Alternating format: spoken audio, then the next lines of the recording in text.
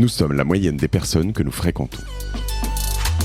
Je suis Mathieu Stéphanie, entrepreneur récidiviste et cofondateur de Cosa Vostra, agence de conseil tech et créative.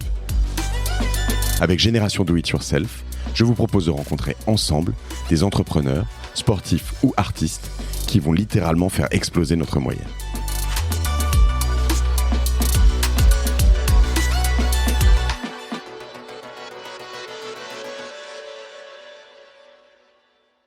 L'absence d'éducation financière. C'est une catastrophe.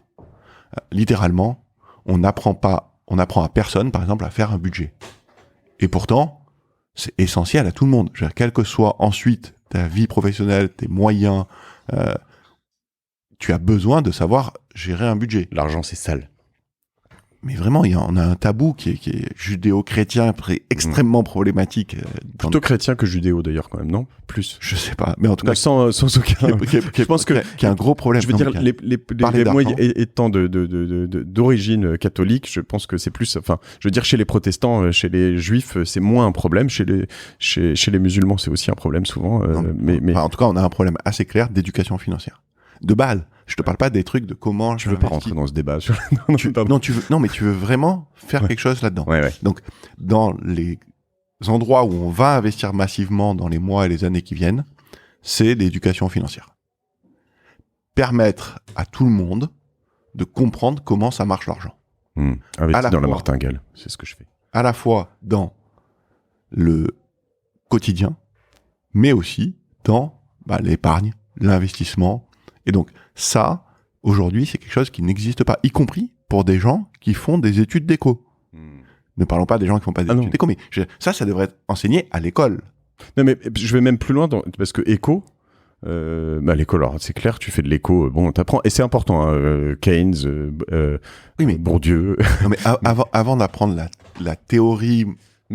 Tu vois, monétaire. Mais même ceux qui font finance. Le pire, c'est que ceux qui vont faire des études de finance, généralement, ils sont même pas sur de la finance personnelle, ils sont sur des grands concepts, etc. Mais ouais, avant les grandes théories monétaires, peut-être organiser son argent, gérer un budget, qui sont quand même des besoins de base de tout le monde, ça devrait être enseigné à l'école. C'est pas enseigné à l'école, c'est pas grave. On va s'en emparer et on va faire en sorte que ça soit diffusé largement. Et je pense qu'on pourrait travailler intelligemment là-dessus ensemble. Mais au-delà de ça, bien sûr, on peut aller plus loin. On peut aller sur l'épargne, on peut aller sur l'investissement, on peut aller sur l'anticipation, donc le goal-based investment, dont on s'est entendu que finalement c'est la même philosophie. C'est organiser pour avoir ce dont tu as besoin au moment où tu en as besoin. Et ce qui est intéressant, c'est que, je vais te laisser finir, mais sur cette stratégie, il y a des gens qui trouvent ça pathétique et triste de se dire en fait, attends, je prévois tout, etc., etc. Et quand tu regardes bien, en tout cas ce type-là, Ramit Sethi, à un moment, il a une approche très très différente qui est de dire en fait non, ça peut paraître froid et pragmatique, mais en l'occurrence, à la fin, lui, il a notamment au bout de ses investissements, il a ce qu'il appelle le guilt-free money. L'argent sans guilt, sans culpabilité.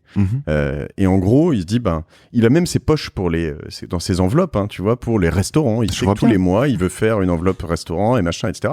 Puis à la fin, il lui reste, mettons, 200 balles par mois. Et ça, il en fait ce qu'il veut, en fait. C'est vraiment le truc, s'il veut, il a ses poches pour donner à des associations, mais s'il veut donner plus, s'il veut, machin, s'il veut se faire plaisir, etc. Et notamment sur la gestion de, tu vois, de tes vacances, on passe tous par ce moment là où tu dis, là ça va être serré cet été un peu, ou cet hiver, je peux pas. Si tu gères bien tout ça et qu'en plus t'as un peu de guilt-free money en plus pour te dire, ok, je me rallonge un peu là-dessus, c'est fantastique. Et donc c'est potentiellement, moi j'aime bien le discipline means freedom. La discipline veut dire la liberté, quoi. Mais cette approche est vraiment top. Je suis d'accord, mais je crois quand même que, comme toujours, c'est quelque chose qui est intime et donc qui ne peut pas être dogmatique. Ça peut être ça ou rien. Bien sûr. Ce qu'on doit fabriquer, c'est des outils et de l'information, de l'éducation, et ensuite, chacun se l'approprie et en fait ce qu'il veut. Ce que je te disais tout à l'heure avec le système des enveloppes, donc des comptes Lydia.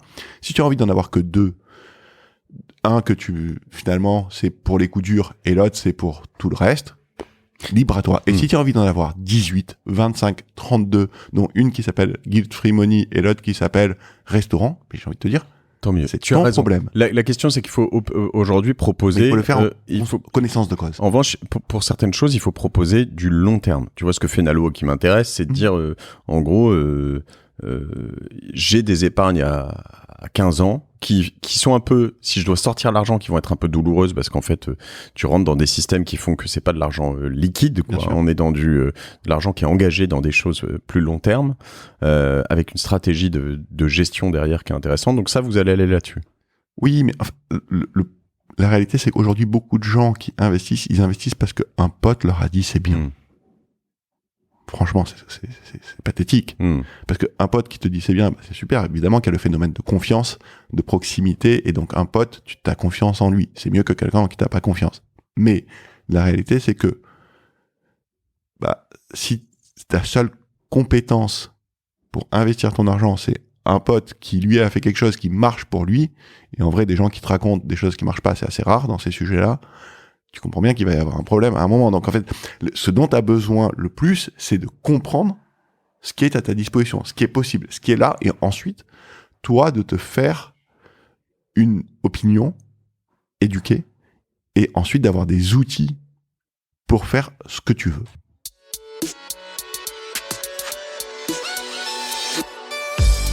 Bravo, vous avez écouté cet épisode de Génération Do It Yourself jusqu'au bout.